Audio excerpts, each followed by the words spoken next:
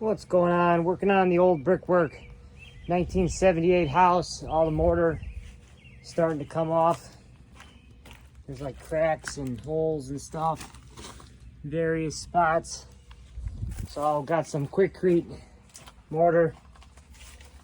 Just went over all of it. I'm gonna let it dry, and then I'm gonna use like a brush and brush the brickwork and make it look nice. So I'm working on the front here. Got a bucket, spreading it out, using some mortar mix.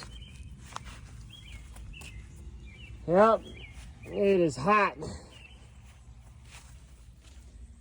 Taking a quick union break. So, gonna get it all the way across here, and the goal is just to get the front today.